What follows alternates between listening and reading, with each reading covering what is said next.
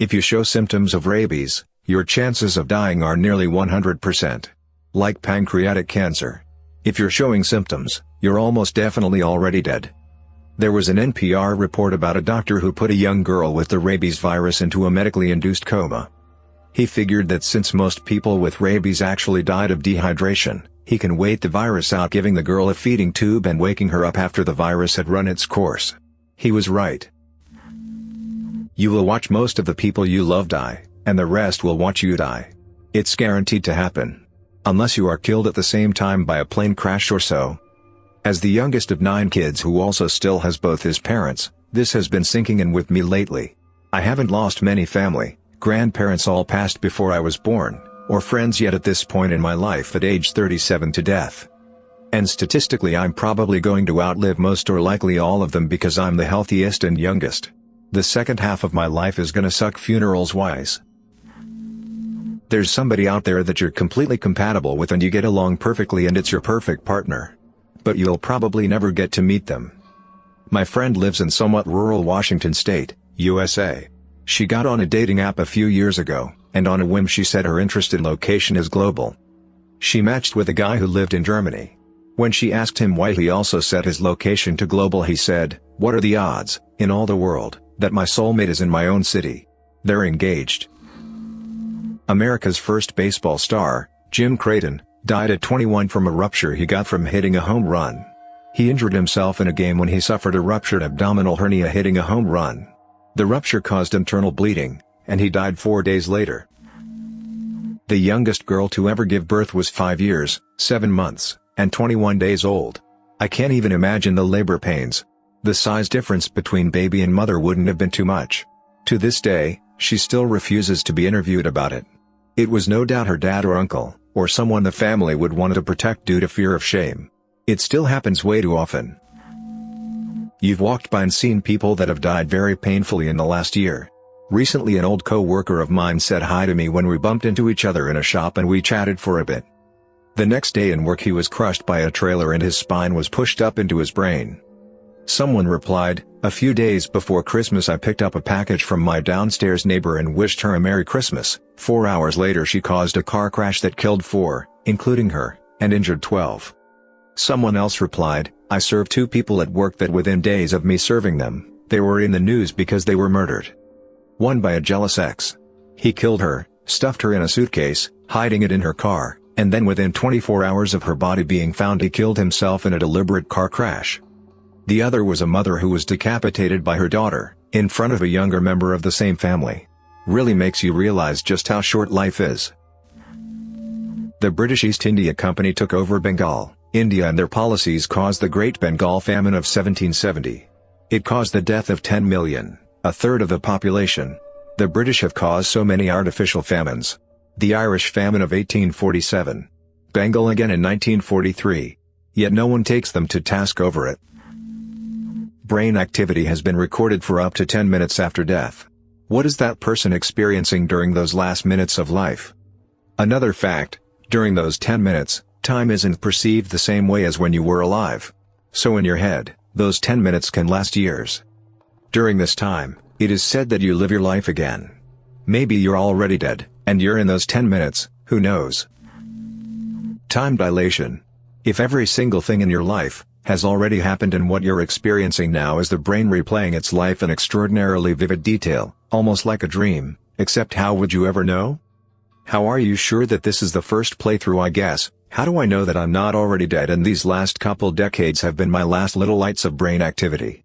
Or even worse yet, this is the real run and I gotta live it all over again. Typing this out like this actually gets me thinking, if you knew you had to relive your life as vivid and detailed as it was the first time, a second time, start to finish, what would you do differently? Or would you do it all the same? You have 1 to 10 minutes to live, but every time you breathe it resets. Now you are very aware of your own breathing. You're welcome. Whales and dolphins die by not having enough energy to surface for air, so they slowly sink into the depths of the ocean and suffocate. A lot of people are stuck in jobs that make them very unhappy and may increase their chances of committing suicide. I've come to realize this as an adult.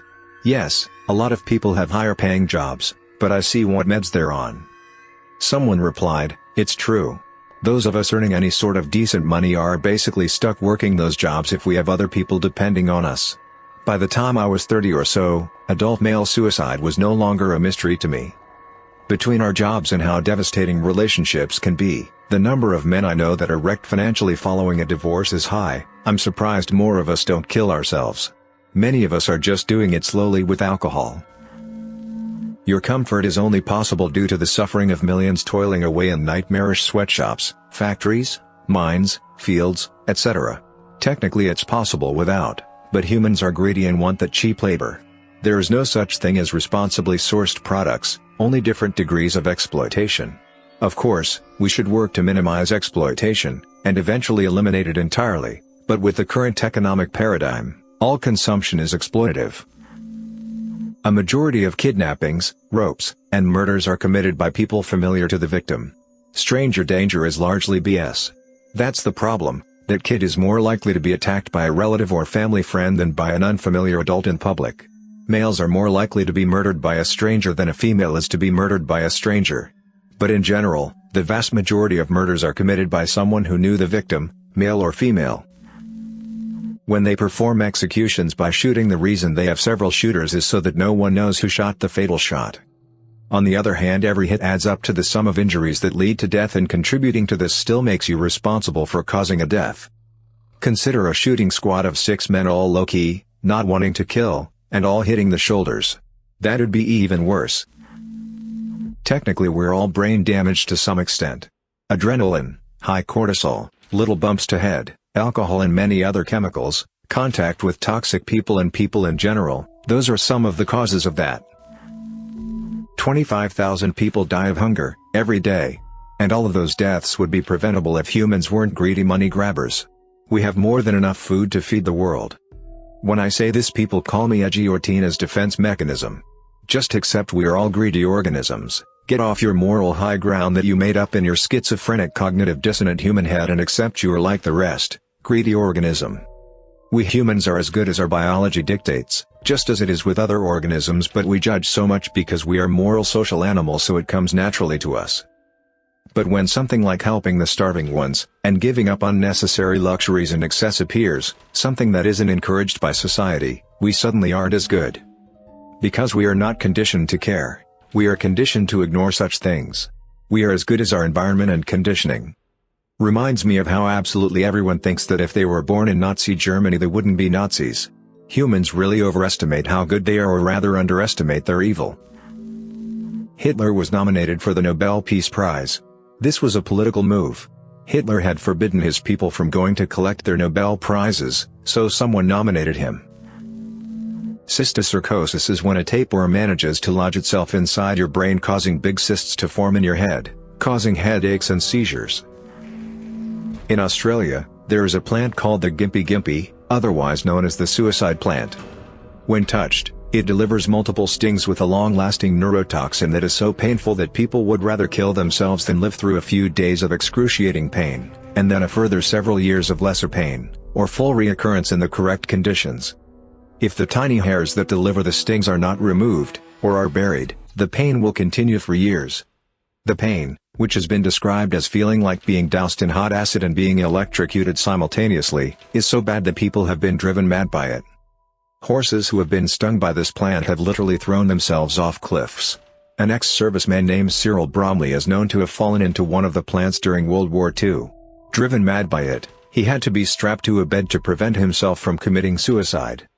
Another rather unfortunate officer is known to have shot himself in the head after using one of the plant's leaves as toilet paper. Rather than live with the pain in his rear end, he chose to end his life. The work ethics in a Chinese factory are so grueling that employees tend to commit suicide during their shifts. To prevent this, the employers place nets all around the factory so that when employees try to take to a swan dive, the nets would catch them and they'd be forced to go back to work. This is still happening. One of these companies is Foxconn, which is a large supplier for Apple. Shoebill mothers will only raise one chick. So when 2 eggs are laid, the mother will leave the nest to let them hatch. When those eggs hatch, one is always aggressive and violent, and the other chick is always the timid and sensitive one. The violent one immediately rushes out of the egg to assault the timid one on sight.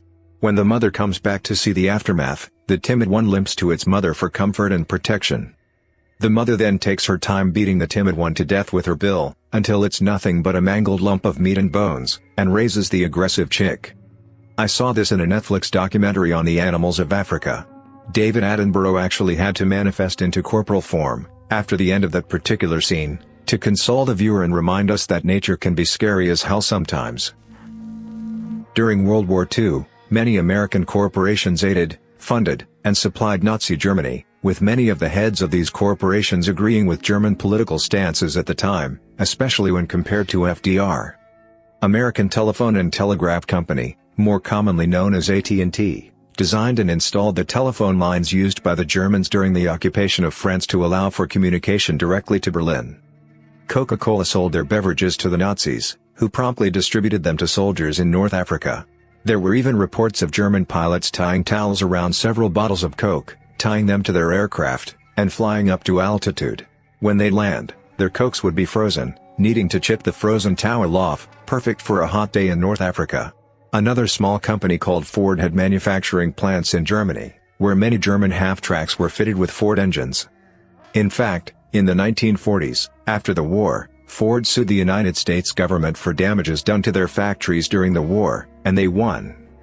Standard Oil, the company which held a monopoly on oil and gasoline throughout most of the world, at the time, sold their oil to everyone, including the Germans.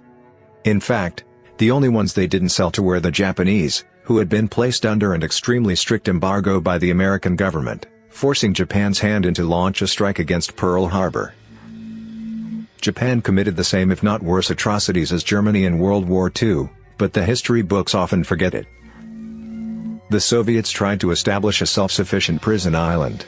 However, because there was a quota officials had to fill, most inmates were city dwellers that got arrested over practically nothing and had no prior experience with farming. That combined with incompetent officials, cruel guards, no clean water and the only food source being flour that was mostly hoarded by brigadiers that abused their position led to a rapid onset of hunger, disease and death. The ones that didn't starve to death, died from disease or got shot by the guards grew so desperate that they started cutting pieces off the living that were too weak to fight back. 15% of all pregnancies will end in an unprovoked abortion within 22 weeks. Roughly every second woman will experience an unprovoked abortion during her childbearing years. That's a fact that I already have a couple friends who would have benefited greatly from, before said abortions. Somehow it's easier to bear when you aren't the only one. If your eyes get red and irritated when you go swimming in a public pool, it's not necessarily because of the chlorine in the water. They're reacting to compounds formed by the chlorine's reaction with the pee, poop particles and sweat in there. People suffering from a range of depressive disorders tend to assess themselves closer to the assessment of those around them. People without any depressive disorder see themselves in a more positive light than those around them. Thus, according to the same research, depression makes you assess yourself more realistically. This is called depressive realism and it's been disputed, but when you look at all the logic brothers around, you can kind of sense that happiness and content didn't develop that mindset, nor that it provides either of these. 79% of Americans live paycheck to paycheck. Meaning, 79% of Americans are serfs. Replace working for food and shelter which someone else owns and is willing to give you in exchange for selling your labor to them. Replace food and shelter with money which can theoretically be used to purchase food and shelter. You are supposed to have excess free cash to advance yourself economically, but if you don't have any free cash at the end of the month, you are a serf. Coincidentally, 20% of Americans own 80% of the stock in the stock market. Read, 20% of Americans own nearly every company that has shareholders. Wages haven't kept pace with productivity. Productivity has doubled since 1970 but wages have remained the same. Where's it going, you may ask? Trickle-down economics at its finest. Abolish capitalism and replace unjust or ineffective authority with worker-owned democratic free federation. Arthur Shawcross was released from prison after the murder and mutilation, necrophilia, genital cannibalization of 2 very young children. Psychiatrists told the penitentiary he was released he would likely kill and torture again. He was released, and tortured, killed and did the same to as many as 11 women in New York. He was on parole in the town that were being murdered and nobody bothered go investigate him, and police had several missteps that could have prevented several of the killings and caught him much sooner than he was. During the French Revolution, doctors would observe recently beheaded people still being able to blink. It resulted in them asking questions to them and they would respond by blinking until they finally died. I think the longest someone was able to respond to questions was 30 seconds after being beheaded. If someone threatens you with a weapon and they want to move you to another location, your chance of dying increases tenfold if you agree to relocate. The Mongolians, to ensure everyone showed up for a war, would issue a proclamation saying that the last person who showed up to training camp would be tortured and murdered in front of everyone. The last legal execution by drawing and quartering happened the year Henry David Thoreau was born. Of 11,000 Civil War battlefield surgeons, only 327 had pre-war experience with surgery. The first 5 people who stopped applauding at Stalin's 1938 Presidium were sent to the Gulag for 10 years, their crime was that they stopped applauding. Joseph Mengele kept a collection of children's eyes pinned to the wall in his office. In the Vietnam War, American forces fired 50,000 bullets for every dead enemy. Gang violence in New York saw a 600% increase on September 11. J.D. Salinger carried the first draft of Catcher in the Rye in his breast pocket as he stormed Omaha Beach. His trauma contributed to Holden Caulfield's. In 1973, 75% of American 25-year-olds lived with their spouse. Now, it's 19%. Ronald McDonald was quietly phased out of all McDonald's advertising in 2013. Kellogg's Corn Flakes was originally marketed as an anti-masturbation cereal, and advertisements told parents that if their boys ate it they wouldn't commit the sin of masturbation. Tim Allen got caught in an airport with 1.5 pounds of cocaine and only served 3 years in prison. 200,000 Americans die each year because of human error in hospitals. Bears are cannibals, they eat their own cubs after hibernation. Male bears, like pigs, are called boars and female bears, like pigs, are called sows. Humans are the only animal that are aware most of their lives that they will eventually die. When humans go through emotional toil, their amygdala increases in size and hippocampus decreases. Slowly, the hippocampus will return to normal, but the amygdala never will. Doctors are not allowed to participate in executions because of the Hippocratic Oath. The executors are usually not professionals, hence the high rate of botched executions. Because there is no sound in the vacuum of space, a human fart is louder than a supernova. It was legal to mail children in packages via the USPS from 1913 to 1920. 25 million people are sex slaves at this very moment. At the end of a cattle train carrying prisoners there was usually a drag, a metal scraper with teeth which passed close to the ties and caught the body of anyone trying to escape, and dragged him over the ties to his death. Next to the Gorky amusement park in Ukraine, under the swings and carousel, and the funhouse and the games area, 9,439 corpses were found in a mass grave in the 1960s. There were no bowls, spoons, or forks at the transit prisons and the prisoners had none of their own either. They were herded to the boiler by the dozens and the mash was ladled into their caps or the flaps of their jackets. In 1905, the documented height of capital punishment in Russia, 45 prisoners were shot each month, but it is well documented that in one prison in Leningrad alone, they shot more than 200 men every night through the whole of 1937. The British brought tanks to a refugee camp housing 18,000 including women, children, and injured. When these people refused to go they beat them with clubs and tossed them into the trucks, and women threw their babies beneath the tank's tracks before following themselves. This fact sounds false, but the cemetery still exists in Linz.